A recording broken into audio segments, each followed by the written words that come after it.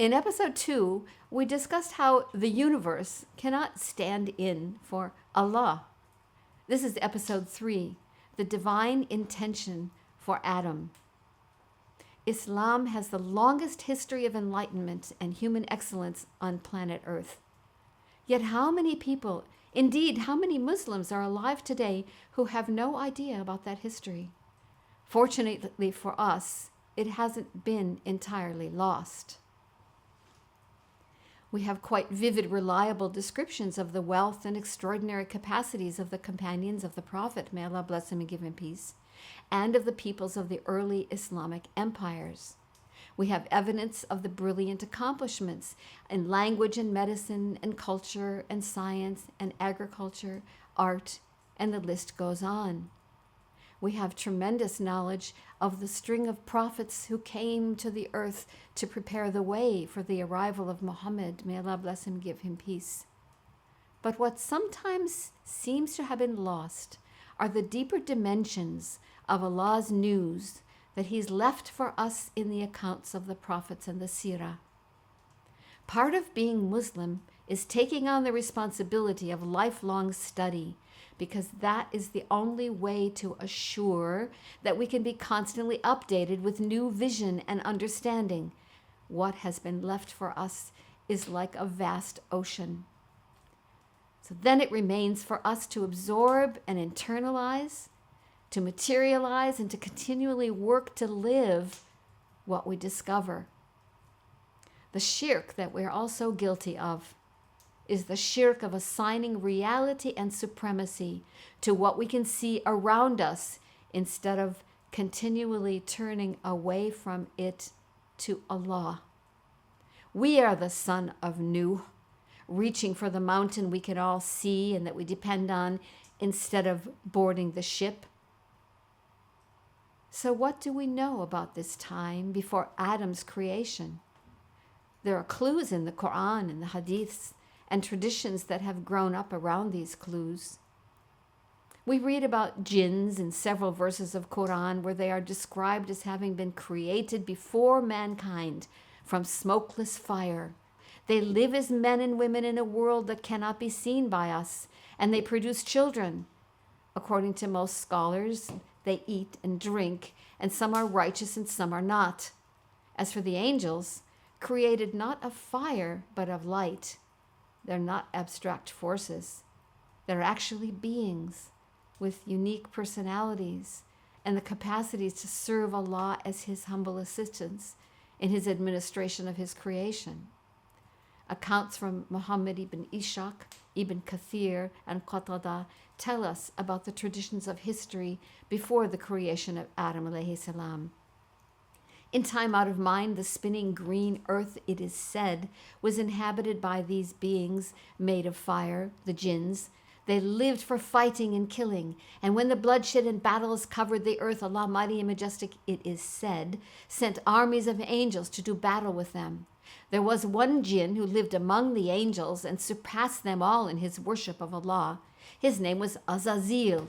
No one even noticed that he was created from fire, lurking there among all the angels who were created from light. He became their skillful commander, and they defeated the jinns. They vanquished them utterly and banished the few that survived to remote mountaintops and far-off islands. Returning to paradise, Azazil found pride growing in his breast. With pride, he would confuse things and make things muddy, and soon he became filled with grief and despair, and his name faded to Iblis, and then finally he became cut off from everything around him, and his name faded again to Shaitan. He was there among all the angels, the beings of light, when Allah Mighty and Majestic announced, I will create a Khalifa, a vicegerent on the earth. He will give rise to generations upon generations upon generations after him. The angels of light said, Will you create one who will make mischief and spill blood while we are here, already here, praising your name? He, Mighty and Majestic, said, Indeed, I know what you do not.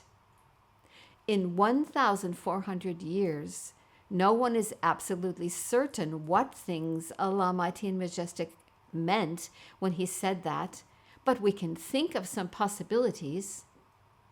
He knew, for instance, that unlike the angels and everything else he was about to create, the ones he was about to create would be the only beings in his creation invested with the power of choice. He knew full well that among them would be troublemakers and spillers of blood, but he also knew there would be many about to come who would be of high excellence, like the prophets and the messengers, the tellers of truth and the rememberers and the worshippers and the righteous scholars. He was about to create a vicegerent, a viceroy, a representative, a deputy. This is a powerful and meaningful concept. A vicegerent takes the place of a master who has appointed him to administer a domain in the master's absence. The vicegerent claims no authority or power on his own. He is obliged to carry out the will of the one who appointed him.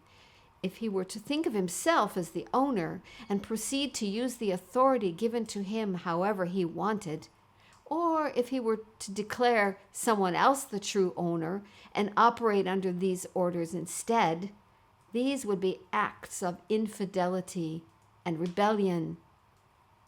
A fundamental responsibility of the first human, and therefore all subsequent humans, then, is the preservation and distribution of Allah's bounties. There is no way this can be accomplished if any part of humanity is deemed to be outside the reach of that bounty.